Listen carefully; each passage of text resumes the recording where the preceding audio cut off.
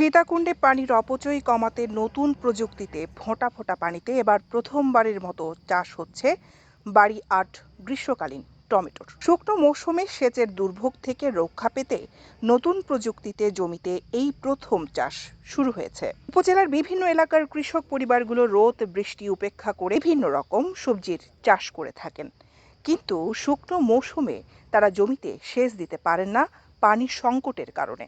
তাই চলতি মৌসুমে নতুন প্রযুক্তির মাধ্যমে ফোঁটা ফোঁটা পানিতে চাষ হচ্ছে এবার গ্রীষ্মকালীন টমেটো। ফলনও অনেক ভালো হয়েছে। এ বিষয়ে ইপসার কৃষি কর্মকর্তা মিহির মজুমদার বলেন, সীতাকুণ্ড সহ সারা দেশে ভূগর্ভে পানির লেয়ার নিচে নেমে যাওয়ায় শুষ্ক মৌসুমে পানির তীব্র সংকটের সমস্যায় পড়তে হয় কৃষকদের। তারা জমি চাষাবাদে সমস্যার সম্মুখীন হয় প্রতিনিয়ত। তাই শুকনো মৌসুমে গাছে অতিরিক্ত পানি দিতে হবে না। এই সমস্যা সমাধানে পিকেএসএফ এর সহযোগিতায় এবং ইপসার বাস্তবায়নে উপজেলার কৃষক মোহাম্মদ আবু তাহের তার ৯ শতক জমিতে গ্রীষ্মকালীন টমেটো চাষে পানি সাশ্রয়ী পদ্ধতিতে ড্রিপ ইরিগেশন ব্যবহার করেন। এই ড্রিপ ইরিগেশন প্রযুক্তিটি সীতাকুণ্ডের জন্য একেবারেই নতুন এবং এই প্রথমবার ব্যবহার করা হয়েছে। এই পদ্ধতিতে প্রতিটি গাছের গোড়ায় ফোঁটায় ফোঁটায় পানি পড়ে। তাতে প্রত্যেকটি গাছের জন্য প্রয়োজনীয় পরিমাণে এবং সুনির্দিষ্টভাবে সেচ নিশ্চিত করা সম্ভব হয়। আমি এই প্রথম সীতাকুণ্ডে পলি হাউসে টমেটো চাষ করছি। এটা হচ্ছে বারেয়ার গ্রীষ্মকালীন টমেটো। এটা আমাকে উপজেলা কৃষি অফিস এবং ইপসা একটা এনজিও আমাকে এই প্রদর্শনীটা যৌথভাবে দিয়েছে।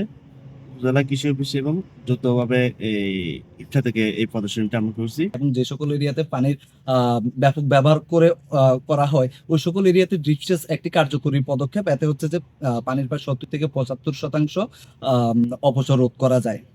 এবং ড্রিপ সেচ পদ্ধতিতে যেহেতু ফোঁটায় ফোঁটায় পানি পড়ে, সেহেতু হচ্ছে যে আমাদের সময়, তারপরে হচ্ছে পরিশ্রম এবং ব্যয় হচ্ছে যে অনেকটাই কমে আসে। এই বিষয়ে উপজেলা কৃষি অফিসার কৃষিবিদ মোহাম্মদ হাবিবুল্লাহ বলেন, আমরা উপজেলা কৃষি অফিস ও ইপসা পিকেএসএফ এর যৌথ উদ্যোগে অসময়ে টমেটোর চাষ করেছি।